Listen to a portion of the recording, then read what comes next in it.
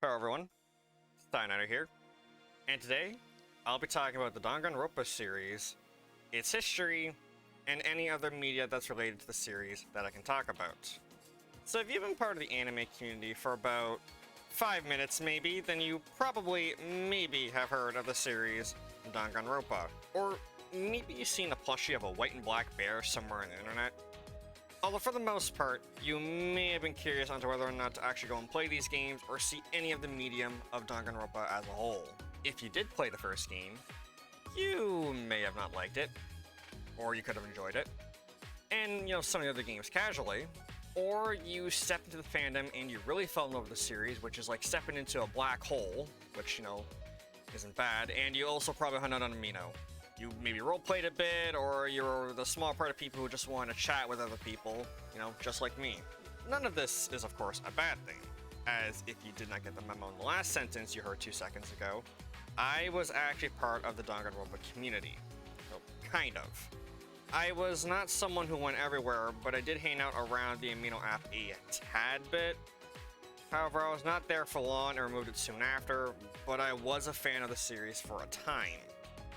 This was, of course, when Amino was new and, still relevant. Of course, later I got into other stuff like One Piece, but that's going to be a different series for another time that I'll be talking about. Today, I shall be talking about Danganronpa, the series, and by that, I shall be covering the games, the anime series, manga, and any other medium that I can get my hands on to talk about. There are things I should note before starting this video. 1, my pronunciation is really bad, so I apologize if I mispronounce any names, locations, or people wrong. 2, this is something that I wish I could have avoided, but I sadly can't. But I may spoil some major plot elements from the games. Nothing on V3, but I can't really guarantee anything else on the first and second game or the third mainline game of the series. If you have taken an interest in the series, this is not the video for you to be watching. Like, at all. You can go watch some of my other content on my channel, unless you happen to not care or have no interest in the series and just want to watch the video, then I welcome you. Other than that, this intro has been long enough, so sit back, grab a snack if you want, and relax as I dive into the rabbit hole of Danganronpa. If you like what you saw, then please consider liking the video as it reaches out to more people, and subscribing for more content like this in the future. So where do we start? Well, we have to start with Chunsoft, which was founded by Koichi Nakamaru. Now, Koichi is actually worth talking about a tad bit, as he gained fame in video game development while he was still in high school. He entered in this competition that was being hosted by Enix, which is now known as Square Enix. Koichi claimed the runner-up prize for the competition of the game Door Door. However, he also was part of the school's math club, and he wrote a version of the game Galaxy Wars in the basic program language on a Tandy TRS-80, which is a computer sort of thing. In 1984, he founded a video game company known as Chunsoft, and to this day he remains as the company's president under a different name, which I'll be talking about in a bit. At the time, the company had the name, the games he worked on were okay at best or mid. However, 3 Nin-B, Gumi-kun, Pachi, Sensi, Detsunao Korona no Tate, that was a mouthful, I'm sorry guys, was in fact a success for the company that recovered a tad bit. Chun also had a hand in developing Pokemon Mystery Dungeon, Red Rescue Team, and Blue Rescue Team. Koiku Murata, who had worked on the games like Earthbound and Shiren the Wanderer 2, said that the company was going through some bad business performance as some employees would leave the company. Thanks to the sales of the Mystery Dungeon games, the company avoided bankruptcy, and in late 2005 it was bought by a company known as Dwango. However, the company history does not end there, as I now have to talk about another company known as Spike a little bit. They made and published games like The Way of the Samurai series, and even had a hand in localized games like Bioshock. Later, the company Dwango also bought the company in 2005 as well. Both Spike and Chunsoft were separate companies still, but in 2012, both companies merged into the company known as Spike Chunsoft. Now, I can stop talking about the company history, and I can finally start talking about what the main topic that we all came here for. However, we would have to go back 2 years before the company Spike and Chun merged. Before the two merged, they made the first game in the series, that being Danganronpa Trigger Happy Havoc. The game came out on the PlayStation Portable on November 25th, 2010 in Japan. A few years later, the game was ported to other consoles like iOS, Android, PC, Xbox One, Series X and S, PS4, 5, and the Nintendo Switch. The scenario writer for the game, Kawatsu Kodaka, wanted to create something original. He felt that the action-adventure genre was not popular among gamers, which, I personally disagree on. I've played many action-adventure games in my time, but, that's just me. The producer, Yoshinaro Tawasha, said that movies like Saw and Cube were the inspirations for the team that worked on the game. Although Spike at the time thought Danganronpa was a risky game to make due to the fact that, the high school students were, potentially, going around doing a murder mystery and eliminating each other, despite the team working on titles like this before Danganronpa was even thought about. The team also had influence on X Japan's former guitarist Hyde Boo, coloring the blood pink as to have a form of censorship to have a certain style for the game. Although before I talk about the first game, we need to travel back in time a little further, because I need to at least mention a project that never saw the light of day. You see, before Danganronpa, there was a game that Spike was developing called Distrust.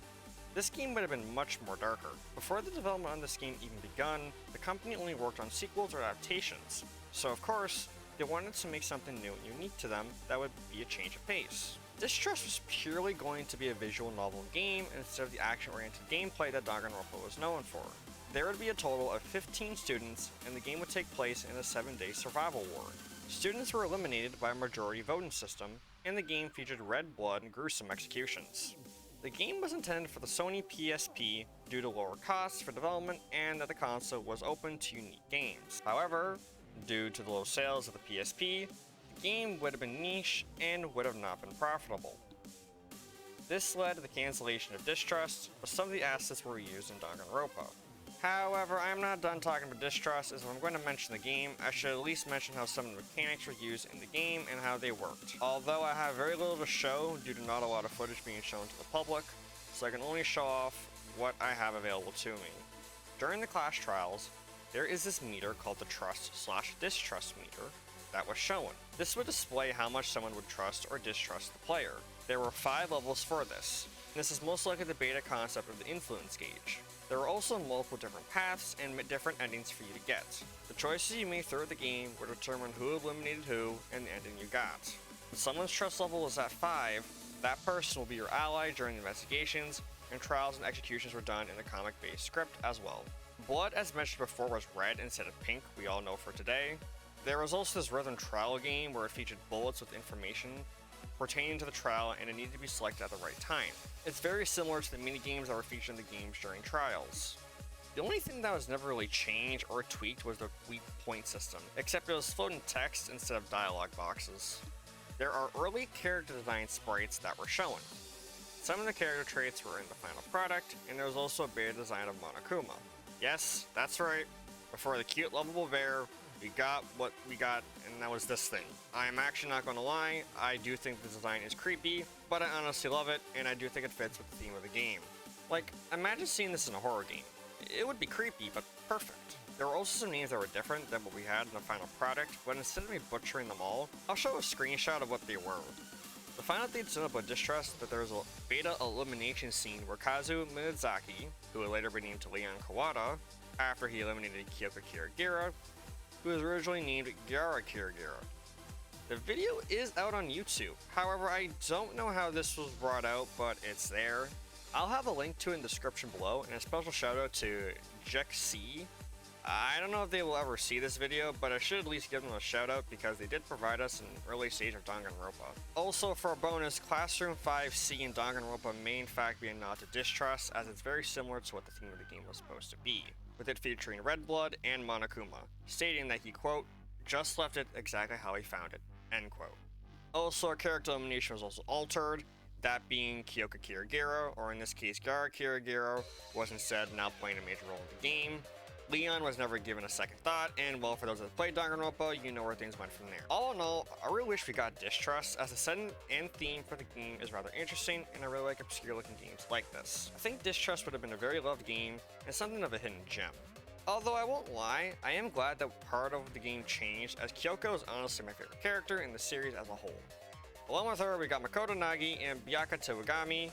I don't know where the series would have been without her and those two, or really anyone that was like lovable. And I should also note that I am well aware that I'm mispronouncing this guy's name wrong. I could never say Byakuya's name right for the life of me. I apologize to everyone. Although to be fair, I used Aiden when I first played the game, but I grew fond of him years later. He holds the title of Lovable Asshole. But I'm getting sidetracked. Now I need to cover the first game in the series, Danganronpa Trigger Happy Havoc. The name Danganronpa had origins from the character designer Ryu Kumitazaki, but also had some form of the gameplay from the game. Danganronpa was a critical success and was praised by fans and critics during its first week. The game sold at least 25,564 copies and was the 8th best-selling game of that week. The gameplay mechanics, characters, etc. were met with praise. However, there was some negativity towards the game, that being the crash trials were a bit on the easy side and that the finding of the killer was too easy. One review even stated the minigames were out of place for the game, which, I don't know, I don't agree with that. Some of them were kind of fun. Despite all of this, Danganronpa Trigger Happy Havoc received awards from Fangame and a few other websites at the time. This game, on its own, created a legacy in its own right, and interestingly enough, in 2018, Junko Inoshima was named the most popular video game character for cosplay in the Guinness World Records Gamers Edition for 2018. And is still somewhat cosplay to this day. Like, go to any convention and you're bound to at least see one or two, or a whole bunch. If you want to start with the series, this is the game to start with. I recommend it. Although despite all the positivity that Danganronpa has received, we of course had to come across a blunder. That blunder being Danganronpa the animation. Because apparently someone thought that making a 13-episode anime about a 25-hour-long game was a good idea. The studio who worked on it was Orshi, who is known for making games off of anime-based games. This studio also worked on Persona 4, the animation. However, they also worked on other anime like Assassination Classroom and Classroom of the Elite. Although the most famous anime the company worked on, that any Fate fan would know, was Carnival Phantasm. Danganronpa the animation received some criticism from fans because it missed out on some of the story elements while not translating the game properly. Although this was due to the fact that the studio was not able to translate the game fully in time because the studio was licensed by Funimation, who is now known as, well, Crunchyroll. Because of this, the anime had its very own canon story. The ultimate title was changed to Super High School Level, and it was just bad. I should also point out that despite the anime being in a completely different timeline of the game, the anime story was carried over to another anime that I should be getting into soon. For consistency reasons? Why though, you may ask? Well, I can't tell you as I never really saw Danganronpa the animation, except for the first episode, then I dropped it. Although the blunders don't stop there, because someone decided to turn the 13-episode anime into a 4-volume manga called Danganronpa the Animation Manga. It was published by Dark Horse, and first released in Japan on June 22nd, 2013. It has gotten multiple translations throughout the years, with the last known translation being in French on February 7th, 2019. That would be it for all the main canon manga, but there are a few other spin-off manga that the series has. The first one being Danganronpa 1 Trial Version Manga Adaptation. This volume was given to people who pre-ordered the game on the PSP and is Japan exclusive. But I think there may be some translations of it online somewhere, so if you look hard enough, you should be able to find it. Next is Danganronpa Kaibo no Gakken to Zetsu no Kokishi, and is an adaptation that is being told from the perspective of other characters instead of Makoto. Then we have Danganronpa Kaibo no Goken to Zetsubo no Kakishi for Koma Kings. These titles, man, I swear. These volumes are also Japan exclusive as well, but like I said, they're probably translated somewhere. Which is a mini-series that is non-canon and has more of a comedic tone to it than the main series. It came in 4 volumes and was written by various writers and released between the dates of July 25th to September 24th of 2011, and the last two on the 25th of January to April 24th of 2014 in Japan. There are also some mythology-based novels that have a similar premise, but I don't know if they are connected to each other, but they also released in 4 volumes in Japan. And the last one of the first one series of volumes was an animation anthology that has also humorous elements. This one has no info on it, and I also assume it was Japan exclusive as well. Although if anyone has any info stating that these books were released in English or other parts of the world, you're free to tell me in the comments below. Then there is Danganronpa Kirigiri, which covers the past events of Kyoka Kirigiri and is told in the perspective of a new character, Yu Samardi. These novels are a prequel set before the events of Trigger Happy Havoc and another manga, that being Danganronpa 0. It has 2 volumes released on September 16th and October 14th of 2011. I think this one is Japan exclusive as well, but as mentioned before, it should be on the internet somewhere, translated, and you can correct me if this was released in other countries in the comments below. However, it does not end there for Danganronpa either, as the 2 stage plays. One in 2014 and another in 2016, which I personally find kind of cool, and I like the idea of anime getting stage plays. That would have been the end of the Danganronpa games as a whole, as there were no plans to make any more games, but sure enough we got a sequel. Danganronpa 2 Goodbye Despair, which is actually my favorite game in this series, that in my personal opinion also had the best cast of characters, with my two favorites being Gunno Tanaka, the ultimate breeder, and Fuyuko Kurozari, the ultimate Yakuza. The game came out on the PSP in Japan on July 26, 2012, which of course got ported to multiple different consoles and the mobile devices. You of course had to play the first one in order to understand some of the events that took place in the past game. Danganronpa 2 Goodbye Despair had higher praise than the first game. The game also had 2 CERO ratings, because Spike Chunsoft wanted to bring in a younger audience to the series. But when Spike released Danganronpa 1.2 Reload, it went back to 17+. Which, I don't know, I don't think a series that revolves around a bunch of high schoolers going around doing a murder mystery sort of thing, extreme cultists, and a bunch of other topics how to get this video taken down, maybe would not be a thing parents want their teens reading. Although it probably did not matter anyway because they went and bought the game, so I think Spike Chunsoft got what they wanted anyway. My only issue with the sequel was that the executions were not really entertaining like they were in the first game, but that's pretty much about it. Other than that, if you love the first game, then the sequel is of course a game worth picking up. In my opinion, it's better than the first one. Now, this next part I'm about to talk about will be spoiling the end of Danganronpa 2, so I recommend you skip ahead. Although you have most likely beaten this game if you're watching the video or you don't care, but I should give the warning anyway. Hello everyone, this is Skyknighter here, and I'm just here to give a little bit of an update on some little info that I just gathered that was updated. I had this small bit of info planned for why Danganronpa 2 never got an anime adaptation, but I wanted just to fact check myself to see if I'm actually like right on what I said, and well, in a way I was kind of right, but I am glad I did fact check, because if I got this all wrong, this would have been a very bad moment for the video. But basically, there was supposed to be an adaptation for Danganronpa 2, but it was scrapped. The producers chose to make a new anime. That anime I will of course talk about later. Although I also heard that the first anime also underperformed, and the fact that filling a game with a much bigger story to a 12 to 13 episode anime probably wasn't the smartest idea. Twists the game also had too may have also been another factor, because it took place inside of another video game itself. So an anime taking place inside of an anime just wouldn't really make a whole lot of sense. So that's kind of why they didn't really do this. Nice to say, I think Spike Chunsoft made the right move on this one, and we got ourselves another anime that I'll talk about in a bit. Anyway, back to the regular video. However, a manga adaptation was made for it. It has the same title of the game, but this time you're in the perspective of Makoto Kamadi, the ultimate lucky student. The manga was published by Dark Horse Comics and has a total of 3 volumes. It was written and illustrated by Kuriki Q and was serialized by Famitsu Pure Comics originally. That is it for all the media in Danganronpa 2. Before I move on to the third game in the series, I need to talk about a mobile game that was released for the series. The first one is Danganronpa Unlimited Battle. The game combined characters from the first 2 games. It was an arena-style based game where you battled enemies. The game could actually support up to 4 players. The game had no plot to it, and the game was split into missions that had a set number of arenas, with a boss at the end. At the end of the mission, the player would be rewarded in-game currency, rating continues, gash upon like content, more stamina to play the game, more cards that you can not get while playing. While playing the missions, you can get characters or cards, and the game has microtransactions.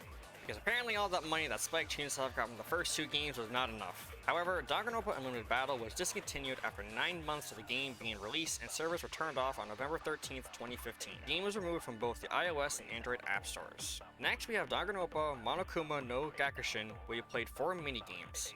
The player must beat 5 stages. In stage 5, Monokuma will appear and increase the game speed. Not a lot of info is on this game, so I can't say much, and this game is Japan exclusive, I think. Also, in case I don't get called out by the 2 people who happened to mention this, there was an alter ego app. It had a clock, calendar, character introductions, compatibility with other characters, and it will say an iconic line by them, a word encyclopedia for some reason, but it told you fun facts about Japan, and a free talk mode so you can chat with alter ego. The only thing this app is missing is a dating feature for you to date alter ego, but I guess it has enough stuff.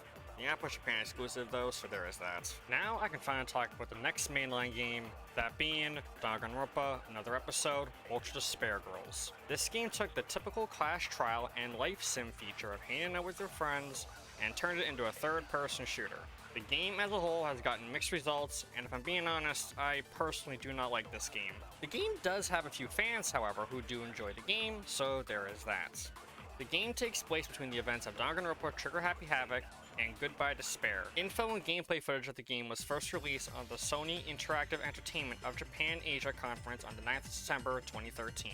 You play as Komaru Nagi, who is Makoto's sister, and was actually a minor character in the first game, but she did not have a name. She was just called Makoto's sister and didn't have the hair strand pointing up like the typical Danganronpa main character had at the time. But times changed and she knew it was time to redo her hair. Danganronpa, another episode, tasks Komaru to fight Monokuma-based robots with a megaphone that can shoot special bullets. However, she is not on her own. Toko also joins in and you can play as her. She will turn into her Genocide Jill counterpart to help take out enemies if the player is having a hard time. It should be noted that she is on a timer, so you can't use her all the time.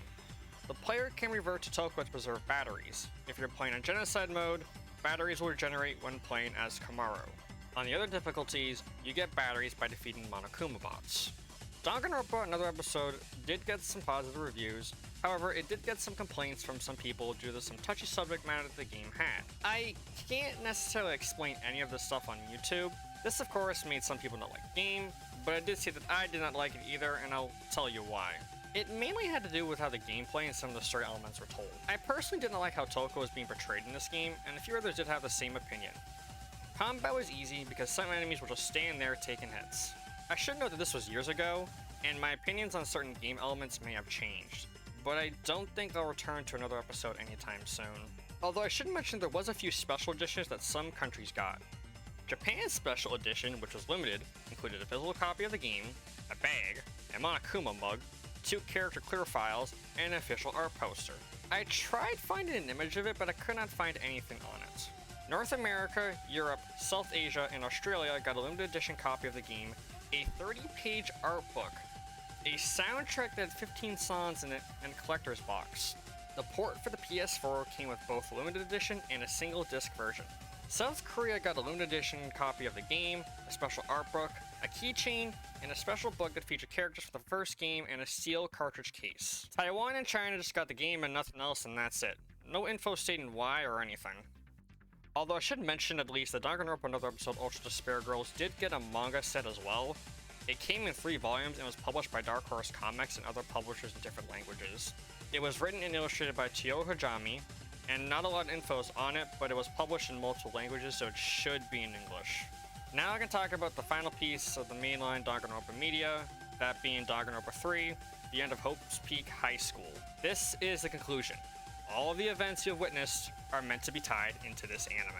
The anime was produced by Warshi again and directed by Dayaka Fukuko, and was supervised by Seiji Kishi.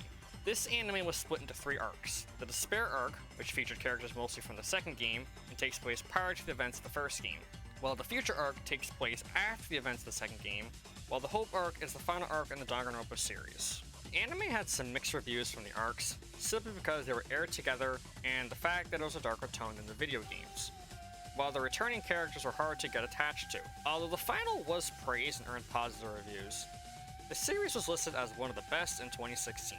I've never seen this anime, so I can't say anything on that really, and I guess I need to explain why. At the time I was playing Danganronpa V3, my Danganronpa phase was dwindling.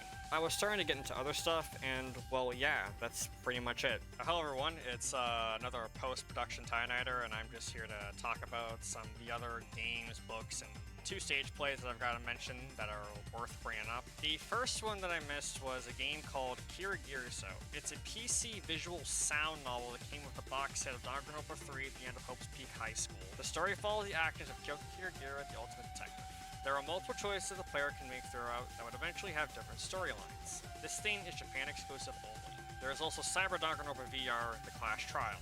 You needed a VR headset for this one and a tech demo for the PS4. Solve the Clash Trial to see who eliminated someone, and it was actually well received. Instead of 2D models, 3D ones were used instead, which is kind of interesting. The final game, I believe so far, is Danganronpa S Ultimate Summer Camp. This game is an expanded standalone installment of the board minigame Ultimate Town Development Plan, which was a minigame featured in Danganronpa V3. Next I'll be going over the manga and novels that I've missed. The first one to mention is Danganronpa another episode of Genocider mode, which tells the stories and events of Ultra Despair Girls from Genocide Jack's perspective. It came in 2 volumes and was Japan exclusive, but should be translated. Danganronpa Ultimate Despair Girls also did get a comic anthology that was non-canon and featured humorous elements as well, so I guess I should mention that. Next for the novels is the Makoto Nagi's Secret File.